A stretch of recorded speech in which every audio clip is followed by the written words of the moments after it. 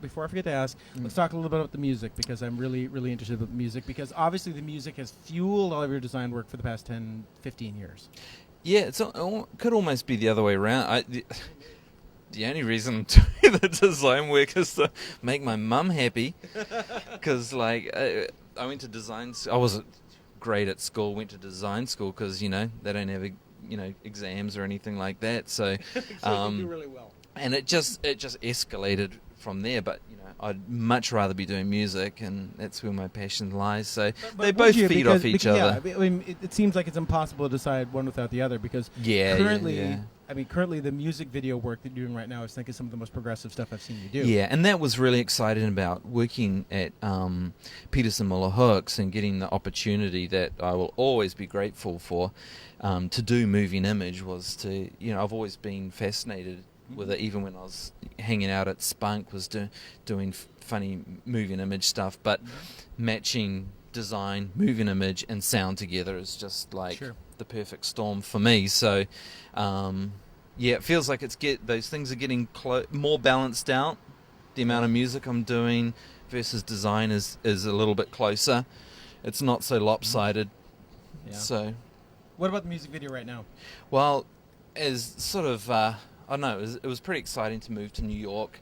Especially, I never thought I'd be living in New York, coming from New Zealand. I don't know. It's just like... It's got the new in it, just like the guy. Yeah. That you met. Just like Newfoundland. It was really just... We just have a new album out. Our band's called Quarter Acre Lifestyle. Me and my brother started it. What's your website? QuarterAcreLifestyle.com. MySpace, Quarter Acre Lifestyle. Good luck trying to spell it. But my brother, who lives in New Zealand, is a bass player. I'm a drummer. We kind of collaborate together on it and do things long distance. He's come over here a lot to play.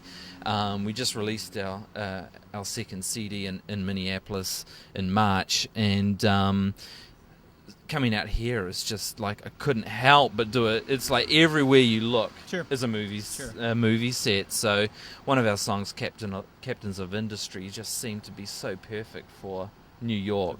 And so just with everything's as lo-fi as you can get it right now. So we don't have a budget to do anything. We don't have a record label, so we're just doing everything as on as small a budget as we can. So just handheld camera, wandering around the city, just getting those things that really represent the machine that is New York, the dirt, the grime. There's so much about the glamour and New York and the shops and the celebrity but I think it's more about just the dirt and the grime and how grungy it is.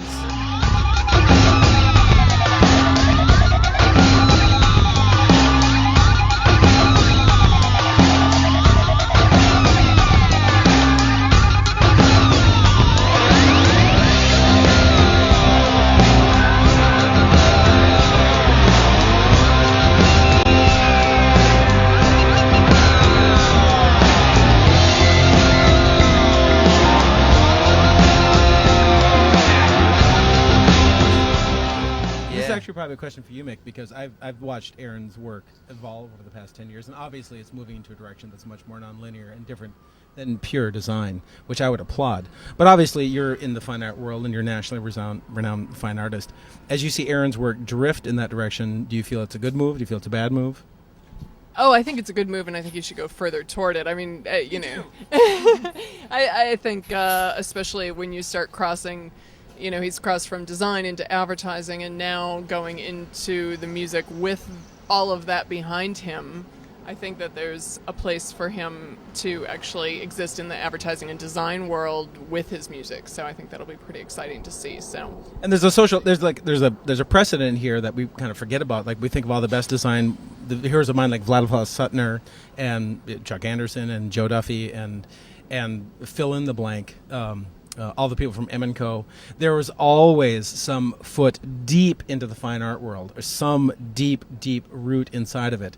And the more you explore that, I think the better you become as a designer, as a better voice inside of it. Or, for God's sakes, look at the people from non-format. It's basically fine artwork. It's basically beautiful fine artwork. I think it's where it's great working together with Mickey as a fine artist and me as like the corporate whore. It has helped like add some balance to what we do, and there was a great. People say like, how do you guys collaborate? Whether it's collaboration or it's like bouncing boards, it's just like having that in the zone, having the fine art and the commercial world, in the same room. It's like, I think it's good. There was a great magazine back in the 40s and 50s called Artist for Industry that to this date is the best design magazine that was ever produced, and you can never find it.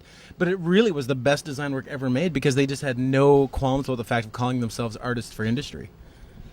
Well, no, they don't have any qualms about it, and it's so fascinating because of going to school with all of you guys and being with all of these designers for so long. You guys went to. You didn't mention you guys went to school together. In full disclosure, Mickey and I actually went to school together.